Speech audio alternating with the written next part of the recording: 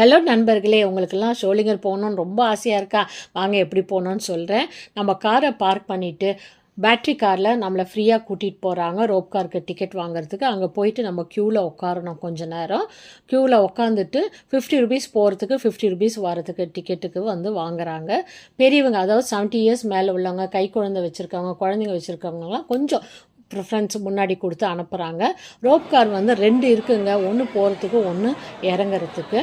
ஒரு ரோப் காரில் 16 பேர் தான் போக முடியும். போகிறதுக்கு 7 மினிட்ஸ் ஆகுது, வரத்துக்கு 7 மினிட்ஸ் ஆகுது. ஸோ நம்ம ஏறும் போதே பார்த்திங்கன்னா ரொம்ப ரம்மியமாக இருக்குது. இயற்கை எழில் கொஞ்சிக்கிட்டு ரொம்ப சந்தோஷமாக இருக்குது. மேலே போய் ரீச் ஆன உடனே பார்த்திங்கன்னா நிறைய ஆஞ்சநேயர்ஸ் இருக்காங்க. கூட்டமாக ஃபேமிலியாக ரெஸ்ட் எடுத்துக்கிட்டு இருக்காங்க. பார்க்கவே சந்தோஷமாக இருக்குது. தீர்த்த குளம் இருக்குது. தீர்த்த குளத்தை தாண்டி ஒரு 15 ஸ்டெப்ஸ் ஏறி போனோம்னா நம்ம யோகா நரசிம்மர் வராரு. இந்த கார்த்திகை மாதம் அவரை பார்க்கறது ரொம்ப விசேஷம். ஏன்னா இந்த கார்த்திகை மாதம் மட்டும்தான் அவர் கண்ணை திறந்து இருப்பார். ஸோ ஏறி போய் சின்ன க்யூ இருக்கும் கோவிலுக்குள்ளே.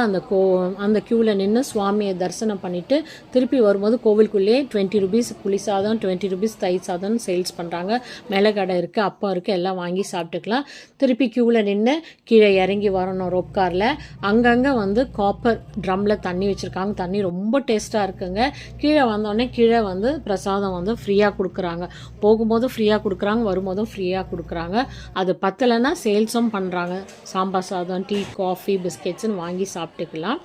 அதுக்கப்புறம் அதுவும் இல்லை, நமக்கு பிரசாதம் அன்னதானம் சாப்பிடணும் போல் இருக்குன்னா அண்டர் கிரவுண்டில் எப்போவுமே போட்டுட்ருக்காங்களா நாள் ஃபுல்லாக. இந்த ரோப் கார் பார்த்திங்கன்னா சர்வீஸ் 8:15க்கு ஸ்டார்ட் ஆகுதுங்க காலையில். ஸோ நம்ம யோகா நரசிம்மரை பார்த்தா யோகா ஆஞ்சநேயரும் பார்க்கணும்னு சொல்லிட்டு ஒரு ஐதீகம் உண்டு. நம்ம இவரை பார்த்து முடிச்சுட்டு நம்மளுடைய காரில் ஏறிட்டு அங்கேருந்து ஒரு 5 மினிட்ஸ் ட்ராவலில் யோகா ஆஞ்சநேயரோட மலைக்கு போகணும். பார்க் பண்ணிவிட்டு பார்க்கிங் பிளேஸ்லேருந்து ஒரு ஆட்டோ பிடிச்சிக்கிட்டு நம்ம ஆஞ்சநேயர் மலைக்கு ஏற ஆரம்பிக்கணும். யோகா நரசிம்மருக்கு பார்த்திங்கன்னா 1350 ஸ்டெப்ஸு, டோலி இருக்குது 4000 ருபீஸ் டோலிக்கு. யோகா ஆஞ்சநேயருக்கு பார்த்திங்கன்னா 500 ஸ்டெப்ஸ் இருக்குது. டோலிக்கு 2500 ருபீஸு. நாங்கள் குச்சி வச்சுக்கிட்டு ஏறணும். ஈஸியாக இருக்குது குச்சி வச்சுக்கிட்டு ஏறும்போது. நிறைய நீங்கள் ப்ரெட் லோஃபு பன்னெல்லாம் எடுத்துன்னு போய் கொடுக்கலாம் ஆஞ்சநேயர்ஸுக்கு. ஆனால் ரொம்ப சேஃபாக எடுத்துகிட்டு போகணும்.